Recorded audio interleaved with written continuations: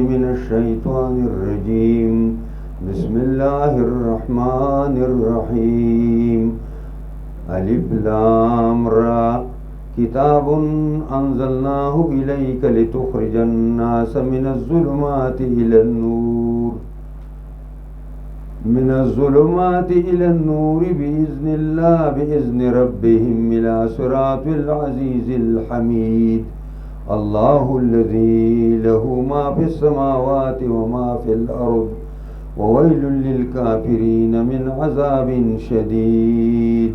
الذين يستحبون الحياة الدنيا على الآخرة ويصدون عن سبيل الله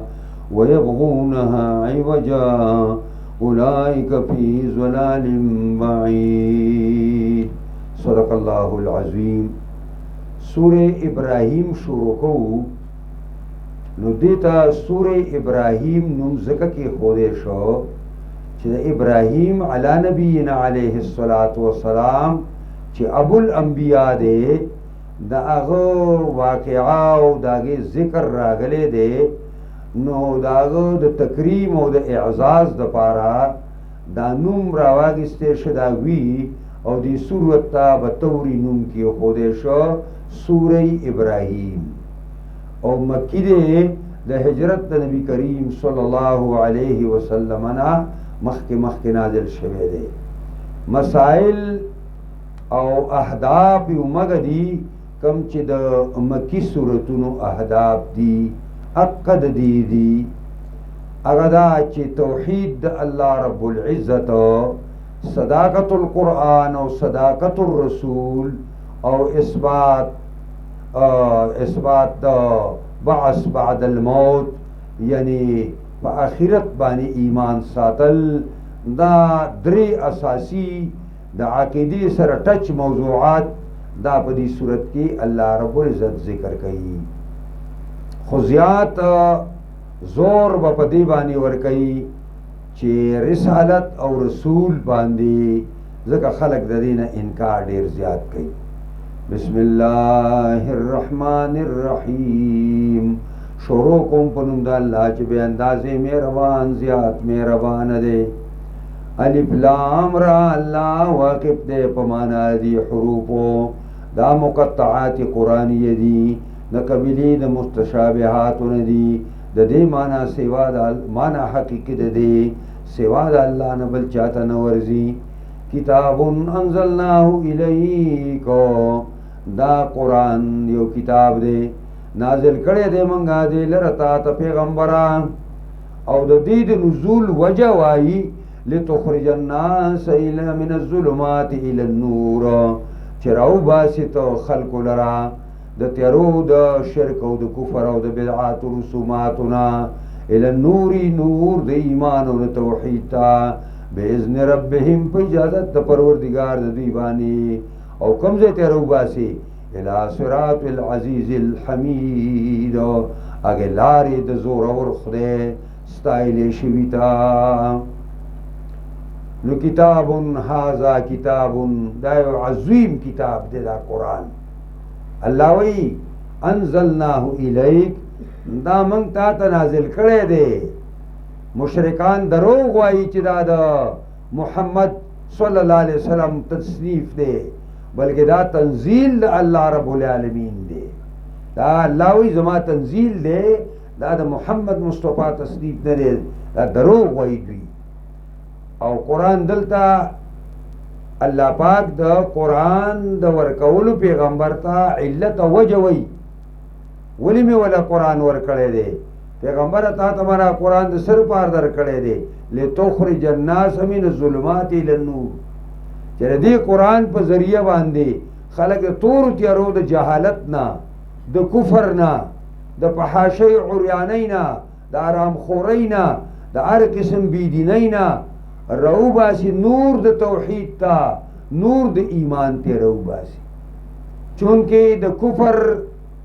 او دا ظلم لاری گنی دی نو التا تعبیر پا جمع سوش ظلماتو ویلی شو او چونکہ دین اسلام یو دے او حق یو دے ذکر آگین تعبیر پا نور سر اکڑے شو.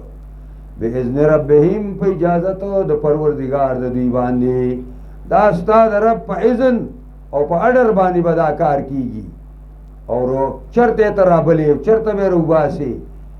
الى صراط العزيز الحميد لارد زور اور خدای استایل شویتا الله الذي له ما في السماوات وما في الارض دلائل عقلی په توحید باندې الله غزاته له چې خالص د پارما غټول شي ندي چې پاسوانونو کې دي او ما غټول شي نه چې بزمکه کې دي دا څنګه د الله دي خلقن پیدا کړی الله دي ملکن مالک الله دي تصرفن تصرف په الله دي وویل للکافرین من عذاب شدید هلاکت تیرے کافران د پاره د عذاب سخنا د کافرو د پاره تباہی او بربادی دا ویل سخ عذاب د الله تموای او ویل په جهنم کې او کندم دا چې ټول جهنم دا غینا د ورځې اویا کرته پناه غواړي دا خپل کندنا دونه خطرناک کندره اوس کافرانو د پاره هلاکت او تباہی دا او دوی د پاره عذاب شدید دی او دا کافر دی سوکو ډیر خلک دی کافران دي ځان ته کافران نه وای نو قرآن د کافر ترجمه کوي او قرآن تاسو سموي بهترین تفسیر د قرآن دا دی چې د قرآن بعضی حصے ولګي او د بعضو حصو تفسیر وکي الذين کافران اغه کسان دي یستحبون الحیات الدنیا چې خوخه غني مینه کوي د ژوند د دنیا سره ترجیح ور کوي ژوند د دنیا لعل الاخرت په آخرت باندې کا کافر نه پیژني نو دنیا له ترجیح ور کوي په آخرت باندې دنیا سره به مینه کوي په مقابله د آخرت کې حالانکه دنیا پانی دا او آخرت باقی دے ویدویم ویسدون عن سبیل اللہ کافر نه پیژني خلق بر دین دا اللہ نه بندی شام چې خلق دا اللہ دین نا او دا اللہ دین د زده کولو نا دا اللہ دین باندې د عمل کولو نا دا اللہ دین نا پس کولو نا چا بندول دک کافر دی او نمبر 3 ویبغونها عوجا طلبی دین د الله لره کوګوالی د کوګوالی دین معنا دا ده چې په دې معاشره کې دا دین نه چلیږي دا چرته صحابو د پاره راغلی او غنې کان خلکو او دا منګه خور سر نه نکو پورې ټول په ګندګۍ کې ډوبیو نو دا چرته په دې معاشره کې چلیږي اے د خدای بندا د قرآن چې داږي کومه ګنده معاشره پاکه کړې ده دومره ستا معاشره ګنده نه ده څومره چې هغه معاشره د شرک او کفر په ګندګو باندې لړل شوې وه اولئک فی ضلال بعید دا کافران په ګمراهۍ لرې کې د حق نه وما ارسلنا من رسول الا بلسان قومه ليبين لهم ويذل الله من يشاء ويهدي من يشاء وهو العزيز الحكيم اللہ فرمائی وما ارسلنا من رسول نلگو منگایو پیغمبر لرا الا بلسان قومه مگر پجب دخول قوم بانی کم پیغمبر چیو قوم ترازی داگی پجب بانی اللہ رولیگی یعنی داگی نسلنا داگی قومنا اللہ یو تنت پیغمبری ورکی او داگی وجہ دادا چی پیغمبر با دا دین او دا کتاب دی قوم تا بیانی لیبین لهم دې د پاره چې دا پیغمبر دوی ته بیان وکي نو بیان خو به علم مؤثر وي چې د پیغمبر جبه او دا قوم جبه یوي عمده وجوا چې د مخاطبینو اول جبه عربو داږي جبه عربي وا او د پیغمبر خدا جبه عربي وا هغه عرب او پیغمبر خدا عربو اگر چې پیغمبر خدا عمومي پیغمبر دی تمام جہان تر علی گلے شوے دے ویذل اللہ من یشاء پس گمراہ کہ اللہ چاہتا جدا اللہ خو خوشی ویہدی من یشاء خونکی چاہتا جدا اللہ خو خوشی وهو العزیز او دا الله زور ور دی. عزیز معنا دا ده چې د هر چا په کار کې بیکاری او د په کار کې به د چا کار نه. تاسو چې هغه یو سړی پیدا شوی دلته یو نوې خبره ماری پکوله په پاکستان کې چې ځان ته چیف ایگزیکټو وایه، نو د عزیز معنا په عربی کې د چیف ایگزیکټو دی. د چیف ایگزیکټو هغه دا ترجمه کوله چې زما به د هر چا په کار کې کاري، د هر پاکستاني زما په کار کې به چا کار نه وایي په دې باندې. او چې څه زه غواړم به کېږي، نه چې څوک یې غواړي نه به کېږي. او حکیم دې ته وایي چې هر کار د حکمت ډک دی بس. ولقد ارسلنا موسی بآیاتنا، یقینا لګلو مونږه موسی علیه السلام پیوست خپلو آیاتونو سره. 9 معجزې مې ولا ورکړې وي د تورات نه علاوه، او په دې مضمون باندې مې آیاتونه ورکړي او را لېږلې مې وو ان اخرج قومک من الظلمات الى النور، چې اے موسی راوباسه د خپل قوم لره د تیارو د جهالت نه، د تیارو د کفر او د شرک نه، او د تیارو د باد د پرستۍ نه الى النور، نور د توحید او د ایمان او د عدل او د انصاف ته. وذکرهم بایام الله، او پن ورکا د خلکو ته په ورځو د الله باندې. ایام د یوم جمع ده، دلته ورځ خو دلته ته مراد هغه ورځې د مصیبتونو چې په بعضې قومونو الله عذابونه راوستي دي. په بعضې قومونه په بعضو ورځو کې الله تباه او برباد کړي دي. د هغه ورځو تذکره وکړه دوی ته، هغه ورځې ورته را یادې کا. د عادیانو د تباهۍ ورځ یاده کوي، د سمودیانو د تباهۍ ورځ یاده کوي، د لوطیانو د تباهۍ ورځ یاده کوي، د قوم شعیب او د قومو او د نورو پیغمبرانو د قومونو هغه ورځ باندې ولې تذکیر ورکا. ان فی ذلک لآیات لکل صبار شکور، یقینا په دې مذکور کې لوی لوی نښې دي د پاره د هر لوی صبرناک او هر لوی شکر ایستونکي. صبر صیغه مبالغه ده په صابر کې، انتهائی صبر کوونکي. شکور صیغه مبالغه ده په شاکر کې، انتهائی شکر گزار. او حدیث کې راځي د ایمان 2 برخې دي. د ایمان څو برخې دي؟ 2. نصفه شکر و نصفه صبر. په دغه ما دا معنا راوستا چې ان فی ذلک لآیات لکل مؤمن کامل. په دې کې لوی لوی نښې د مؤمن کامل لپاره چې هغه صباري شکوري. وَإِذْ قَالَ مُوسَىٰ لِقَوْمِهِ، اگر واقعات کئی چی ویل موسیٰ علیہ السلام خپل قوم ته پیغمبر خدا صلی اللہ علیہ وسلم تسلی د پاره د موسی علیہ السلام واقعا د پیغمبر اسلام مخې تک دی. منګه موسی ته سو ویلي اذکروا نعمت الله علیکم، داسې ورته وایا قوم ته اذکروا نعمت الله، یاد کئ نعمت د الله په ځانونو باندې. اذ انجاکم من آل فرعون، هغه وخت چې خلاص کړ الله تاسو له د فرعونانو نه. دغه ډېر لوی نعمت دی ستاسو لپاره. دا ځان ته تذکره دی کوئ، دی باندې باسونه کوئ.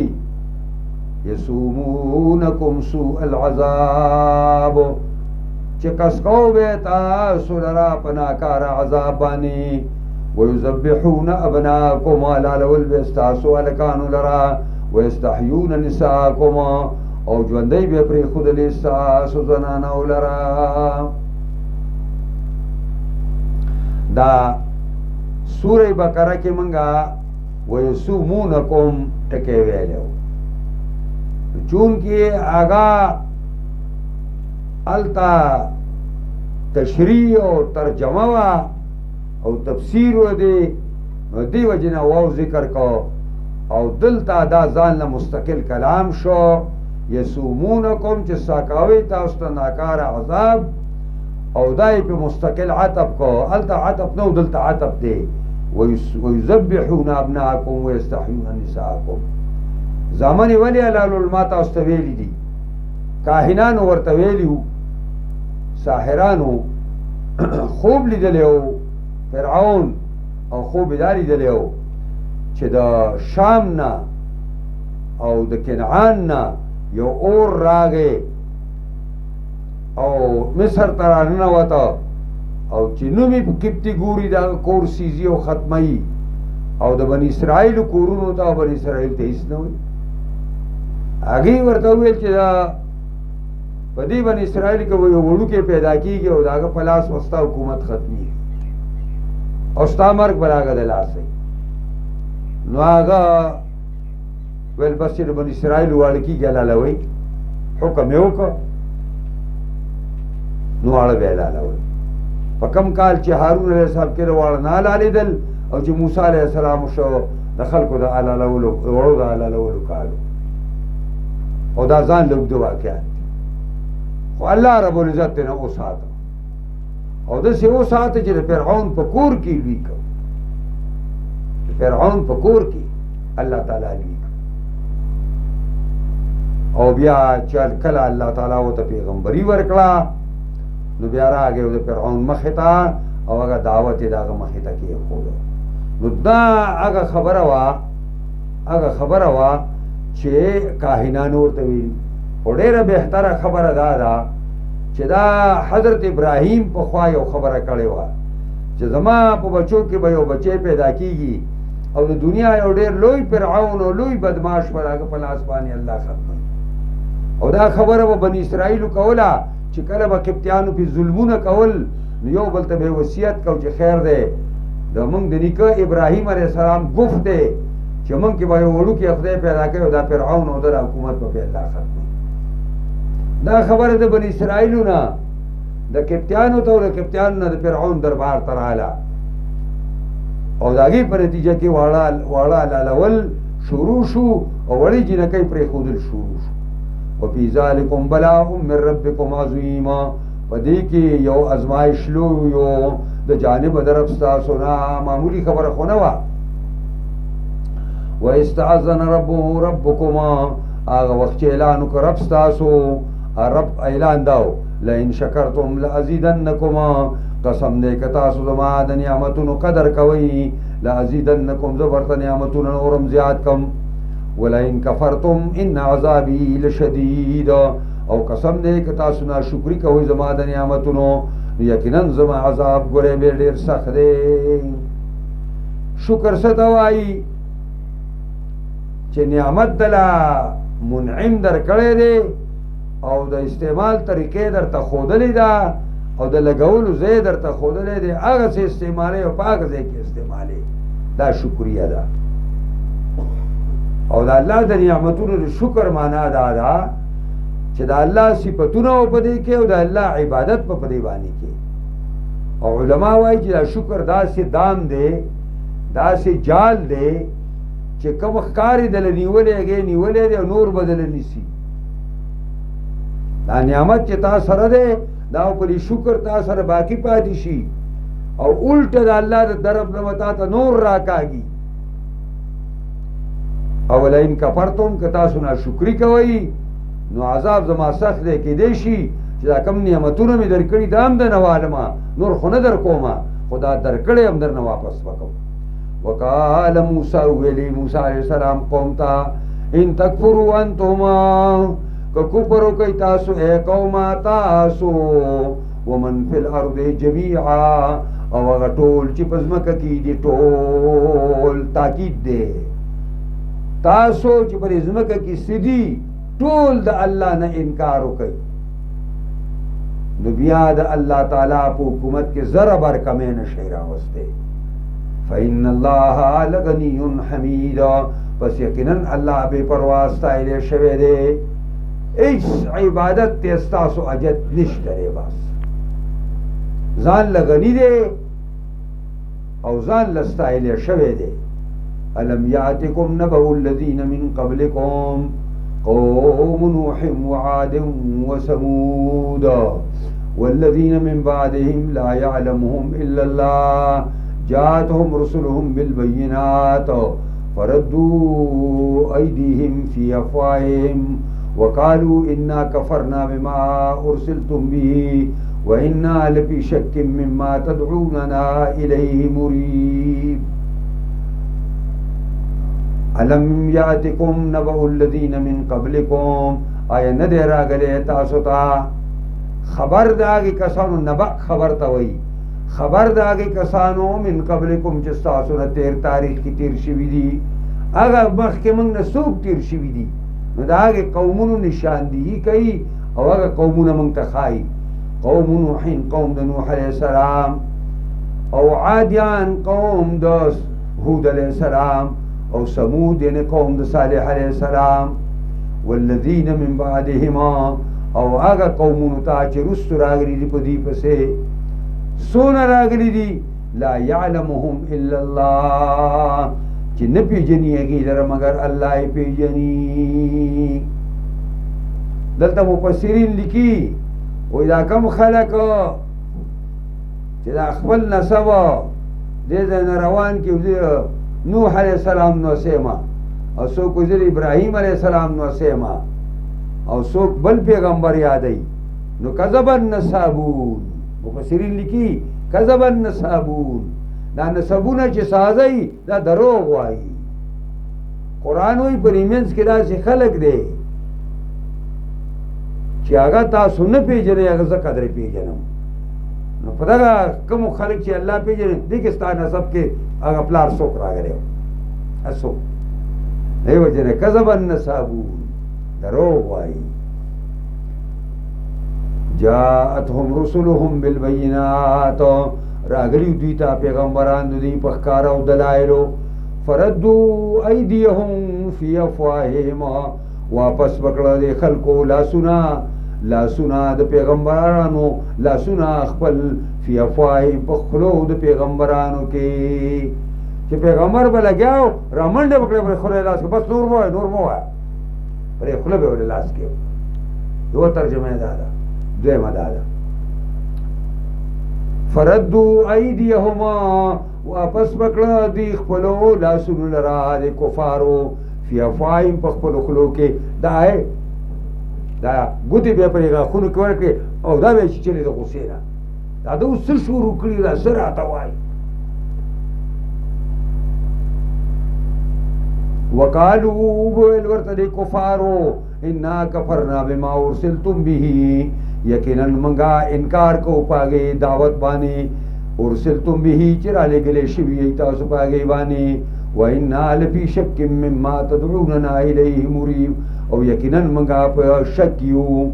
مما د هغې دعوت نه تدعوننا الیه چې تاسو رابلئ منګه هغې ته مریب په شک یو قالت رسلهما وبویل ورته خپلو پیغمبرانو خپلو قومونو ته افی الله شکنا آیا د الله په ذات کې او د الله په وحدانیت کې شک کوئ فاطر السماوات والارض چې ناشنا پیدا کوونکی د اسمانونو د ځمکو دی یدعوکم لیغفر لکم من ذنوبکم رابلي تاسو لره دې دپاره لیغفر لکم من ذنوبکم چې معاف کی تاسو بعضې ګناهونه ویؤخرکم الی اجل مسمی او رستو کی الله تاسو یو نیټې مقررې ته الله داسې لیکلي که دا قوم نیکي کوي نو دی عمر به 80 کاله او که نه بدي کوي نو بیا به 15 کاله نو د صلوح په اندای کې گویا چې ستا عمر به تا ته پوره شي بیا قالو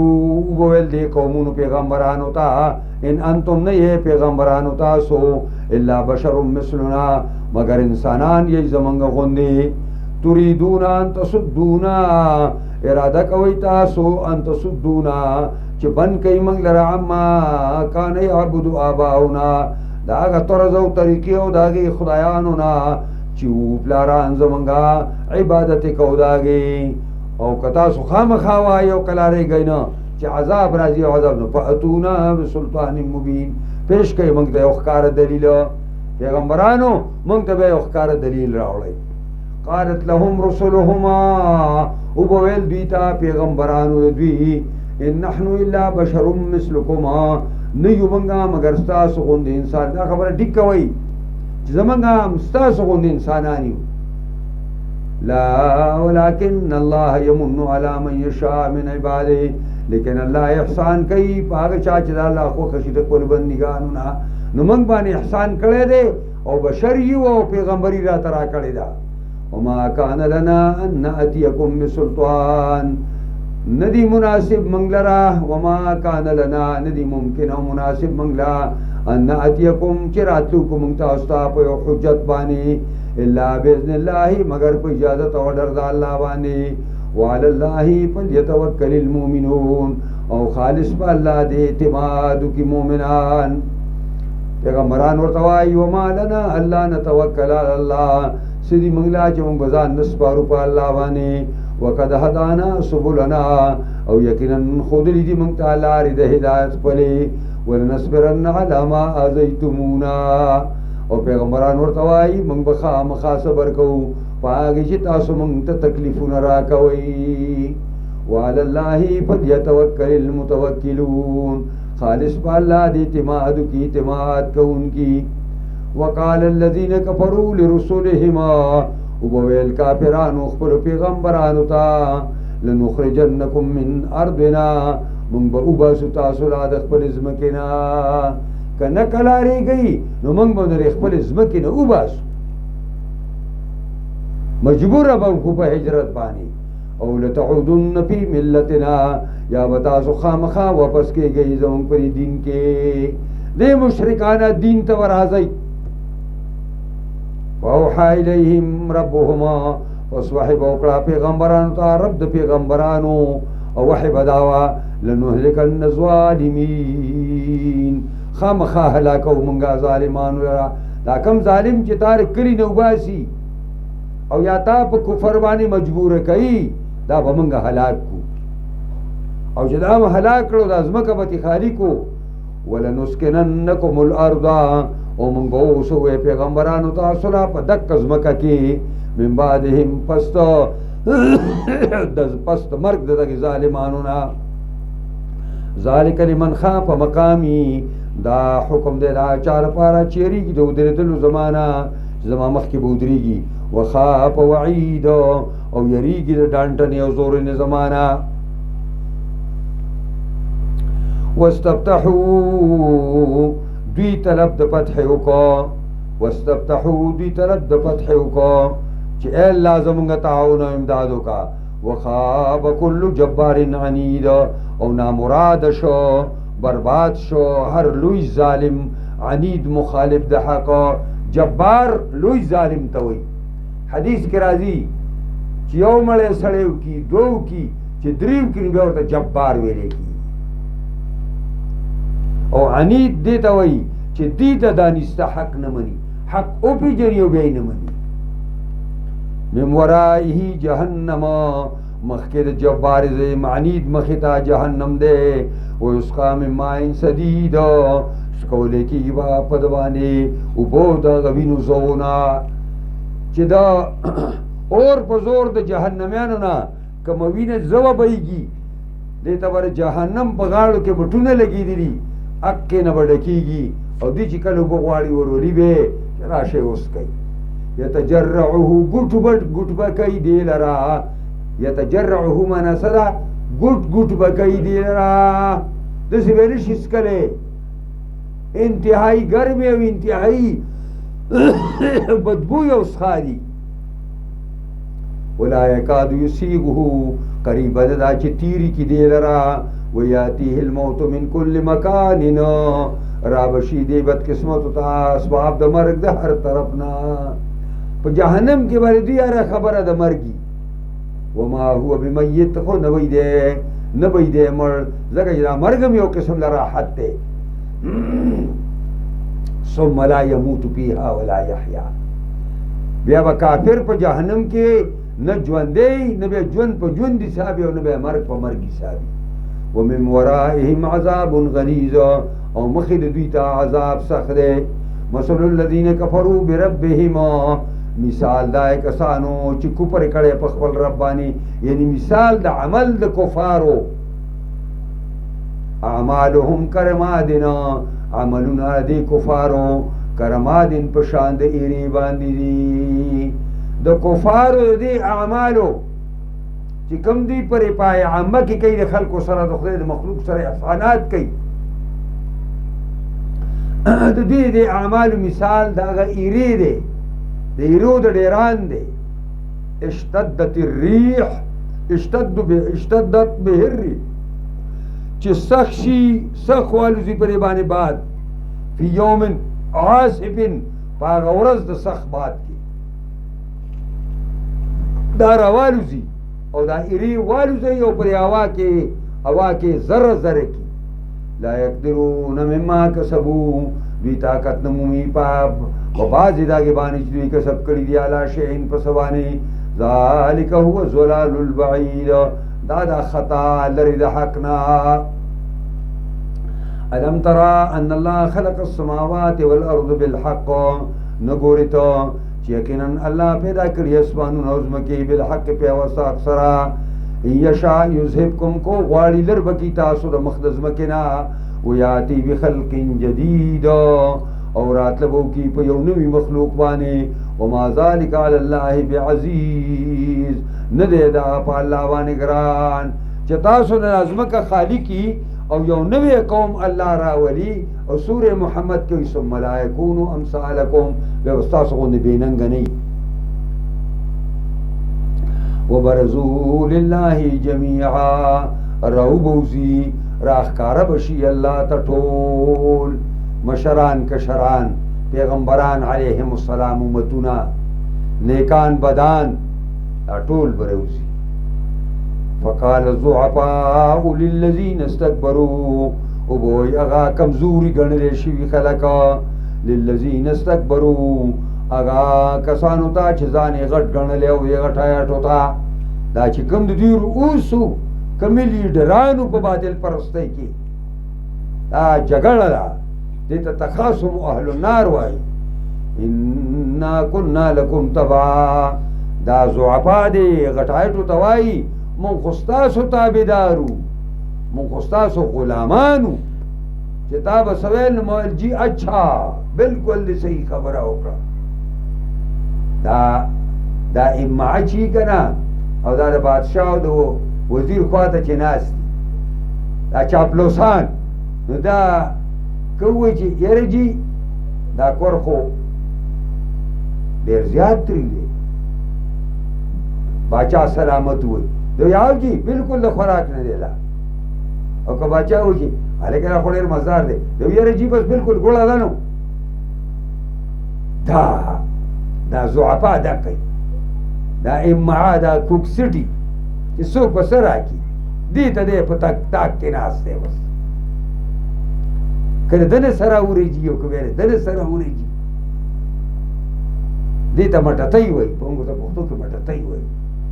یا بل پوګه پورې میاشت ګوري دی فهل انتم مغنون عنا من عذاب الله من شيء آیا تاسو بے پروا کولی شئ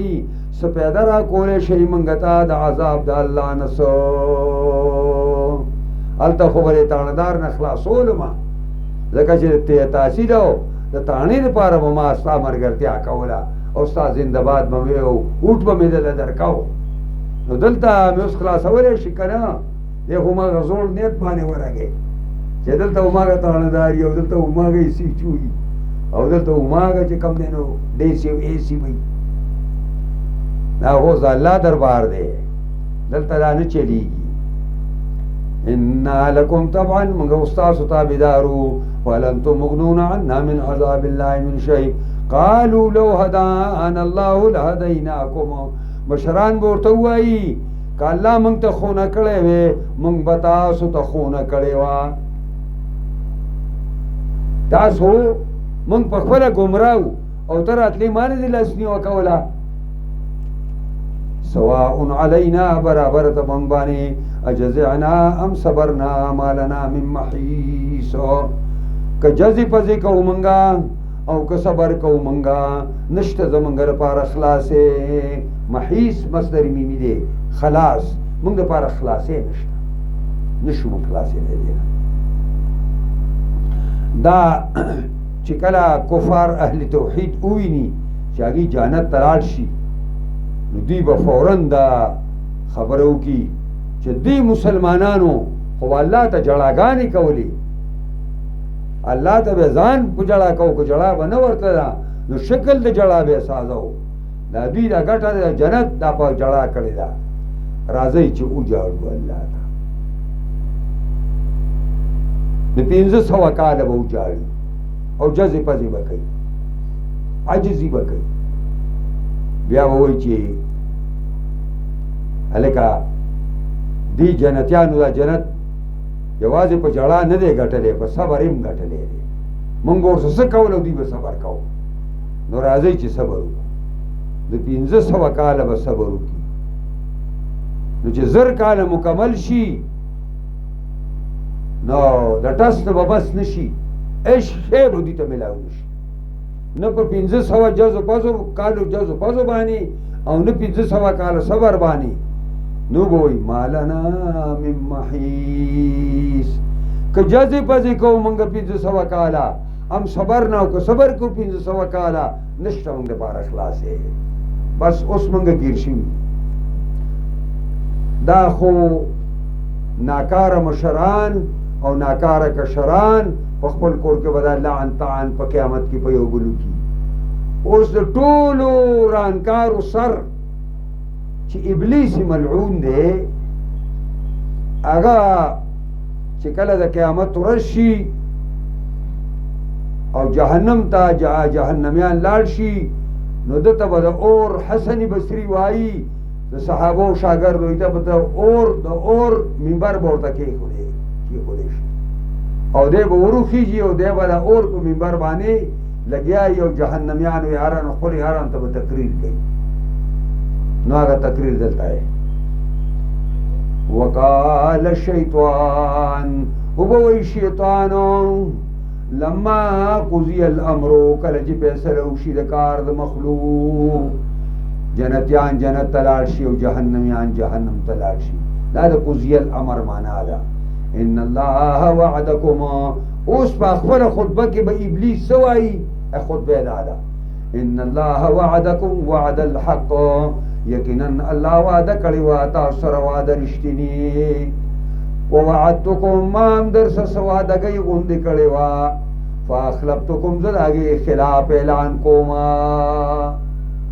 ما هم درته ویل چې الله غفور رحیم دی، کوه چې سړي خوښه یا کوه ورځه پې الله غفور. دونه خلک به کتاب هم پکې وبکي. دا د شیطان هغه وعدې دي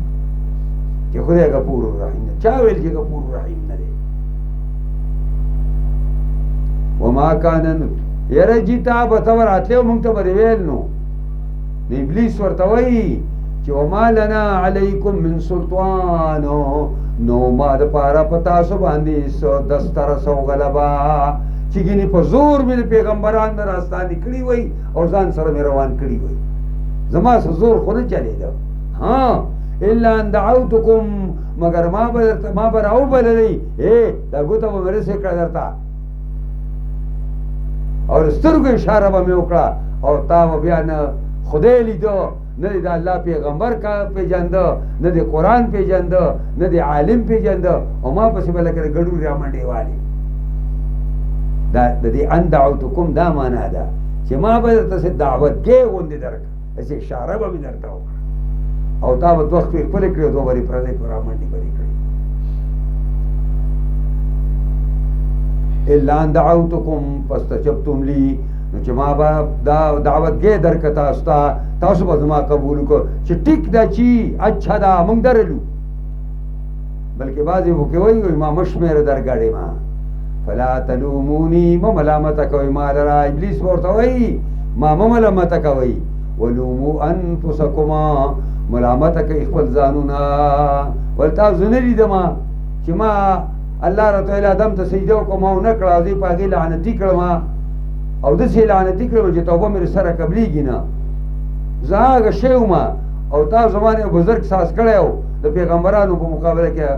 ما پسې را روان وئ. ما انا بمصرخکم وما انتم بمصرخیه، ما انا نیم زه بمصرخکم، تاسو له خلاصونکي د عذاب د جهنم نه وما انتم بمصرخیہ او نتاسو ما خلاصولی شئی انی کفرت بما اشرکتمونی من قبلو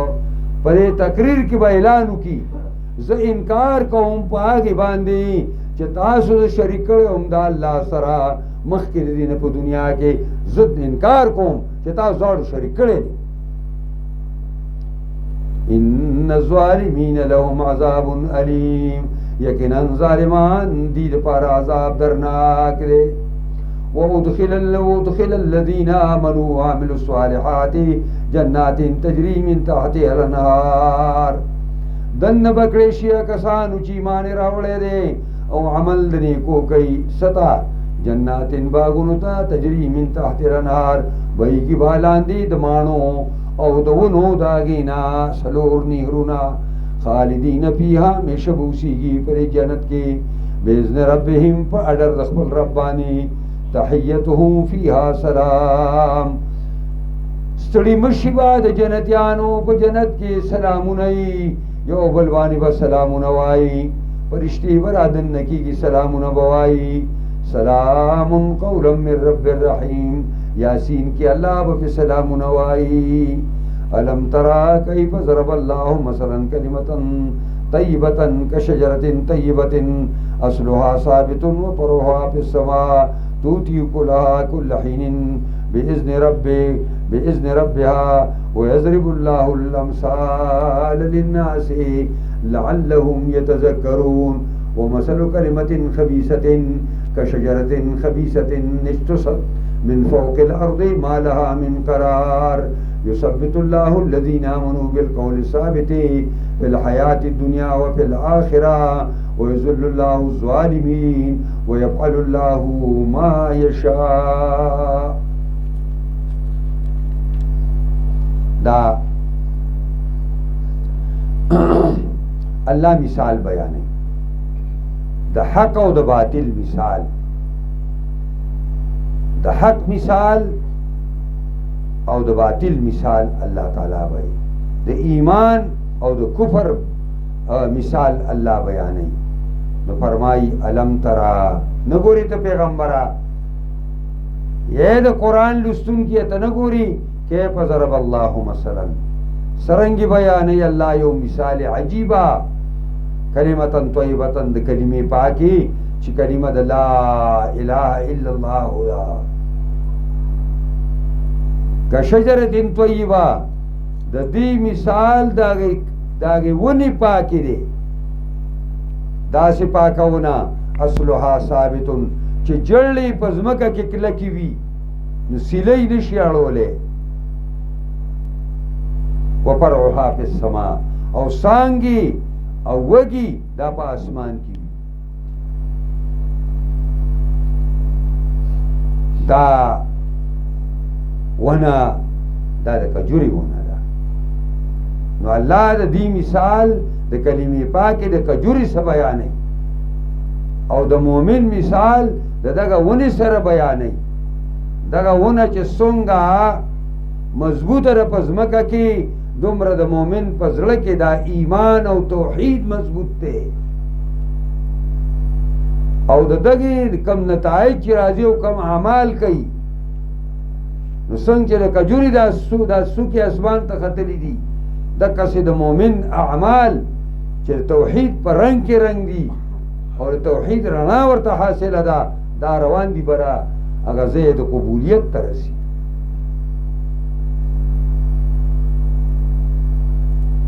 او مؤمن مثال د دې سره په دې ورکو چې دا ونه سرتاپا د پیدې ده. دا ونه چې کله دا د میوې وي نو دا تاله میوه درکوي او ډیره دله درکوي او دا داسې قیمتي میوه ده چې صرف په دې باندې تحقیق شروع کی چې په دې کجوره کې د کجوري په دانو کې څومره لوی حکمتونه دي څومره لوی فیدې دي په دې کې. دا د غذایت کار هم ورکوي دا د علاج کار هم ورکوي او دې کې نور هم ډېرې فیدې. دقسې مؤمن د مؤمن هر کار د فیدې دی. مؤمن چې د ایمان پر رڼا کم کارونه کوي اټول د پیدي د مؤمن مرګ هم د پیدې د خیر دی او ژوند هم د خیر تؤتی کلها کل حین باذن ربها چې دا ونه میوې ورکوي خپلې او هر وخت یې ورکوي په حکم د خپل رب باندې ویضرب الله الامثال بیانوي الله مثالونه للناس خلقو ته دې دپاره چې خلک پند او نصیحت قبول کړي ومثل کلمة خبیثة بیانوي الله مثال د کلمې پلیتې چې کلمه د شرک ده که شجرة خبیثة دا پلیته کلمه په شان د هغې پلیتې ونې دی چې هغه ونه د مړه غونې ده نجتثت چې دا داسې د جړلې سره ایستلی کېږي من فوق الارض د پاس د ځمکې نه داسې چې دې سړي ته دې لاس ورسېده او راچک دی والا نو سره د جوړو نه راوځي او څه شی دې په ځمکه کې نه پاتې کېږي دا د پلیته کلمه ده دا پلیته ونه ده نجتثت معنا دا ده چې دا د من فوق الارض راویستې کېږي د پورته د ځمکې نه یعنی چې لاس ورته ورکړي بس رامنډه کړي دا بله ونه خو چې راوباسي نو کوداله به راوړي او سټه به وله کري او کله به یې راوباسي بیا او ته ورګی به در سره وي چې سټه راښکاره کېږي وړې وړې نو هغه جړې به پرې کې دغه د ایمان ونه ده دا ونه بېکاره ده د مړغوني ما لها من قرار چې نه یې دې دپاره څه قرار دی دقسې پلیتې کلمې د هغې دقسې په کومو بدنونو کې چې پرتې دي د هغې له دقسې څه قرار نشته یثبت الله الذین آمنوا بالقول الثابت فی الحیات دنیا مضبوطوي الله کسان چې مؤمنان دي په هغه وینا